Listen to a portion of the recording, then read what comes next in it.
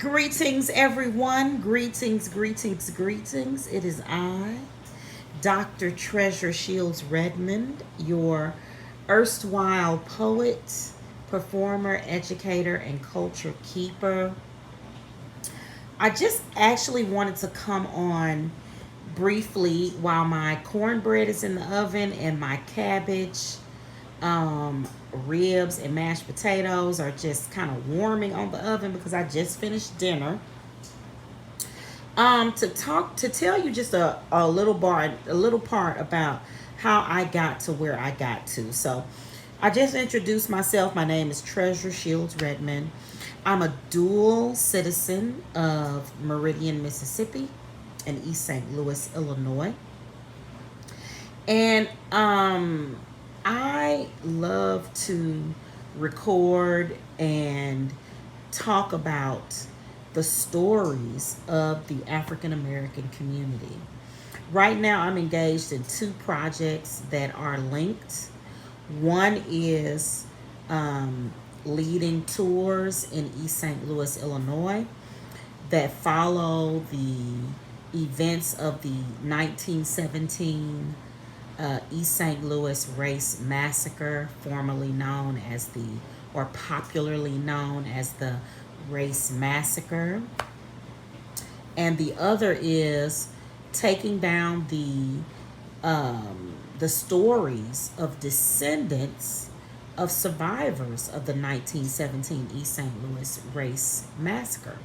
So, just to briefly catch you up on what the 1917 East St. Louis Race Massacre was, there was this moment in history, which is also the moment, in U.S. history, which is also the moment in which most of our monuments to the Confederacy were built.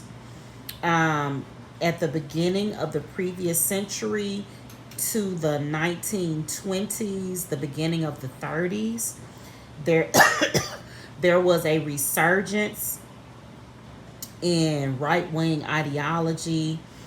There was an idea to create public monuments as black people returned from World War I and began to solidify communities for the second time, because this happened, of course, right after the Civil War in the United States, the war that culminated in the end of the institution of enslavement.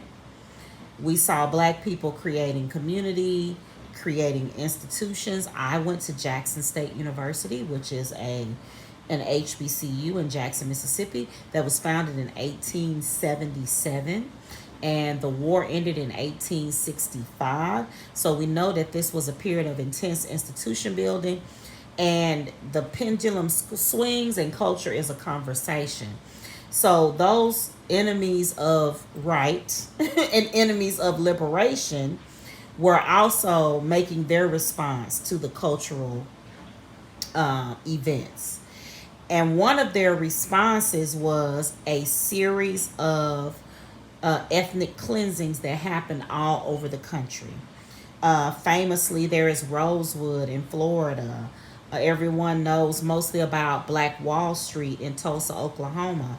And in East St. Louis in 1917, there was an attempt at ethnic cleansing, an attempt to create a pogrom that would remove all black people from East St. Louis, Illinois.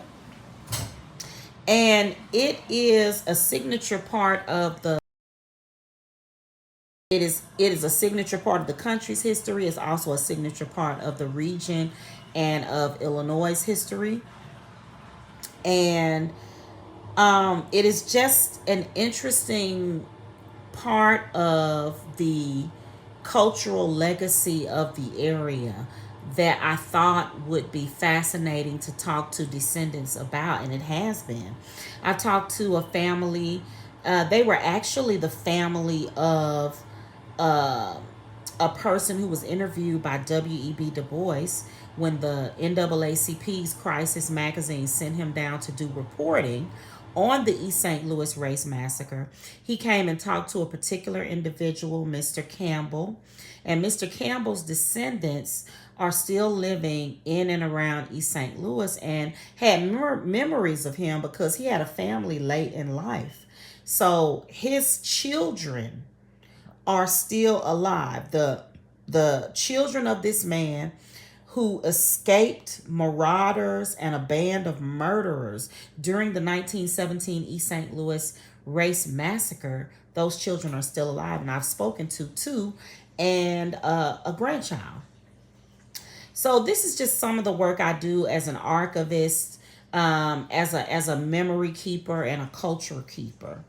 But how did I get here? And I'm going to tell you briefly because my alarm just went off so that I can rewatch Sabrina, the Chilling Adventures of Sabrina. I've been rewatching that on Netflix, which is all about an incredible witch. But I got here because I was born and raised in Meridian, Mississippi. And between my mother's home and later my father's home in East St. Louis, Illinois, I was raised by two black nationalists slash cultural nationalists. There were always political conversations and transparency about the state of black people in the U.S., and also a modeling of a love of black people and a vision for the liberatory status of black people, black women in my upbringing. I also was raised in the church in Meridian, Mississippi.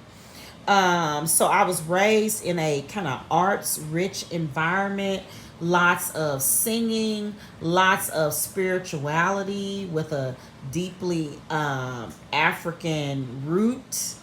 And the culmination of that between my mother being a visual artist and my father being a poet, the culmination of that is my singular interest in black people's culture and the intersections of race, class, identity, gender, and talking with people who've made that their life's work and whose lives have impacted those areas. So, last year I started a nonprofit. It is called The Community Archive, and it is an oral history nonprofit. I currently have a course which is called Culture Keeping, womanist slash feminist approaches to creating an archive and memory keeping. And you can go to thecommunityarchive.org in order to sign up. I would love for you to join me later this month to talk about how to preserve your elders and your community stories. And I just wanted to share that with you, and I will talk with you again soon.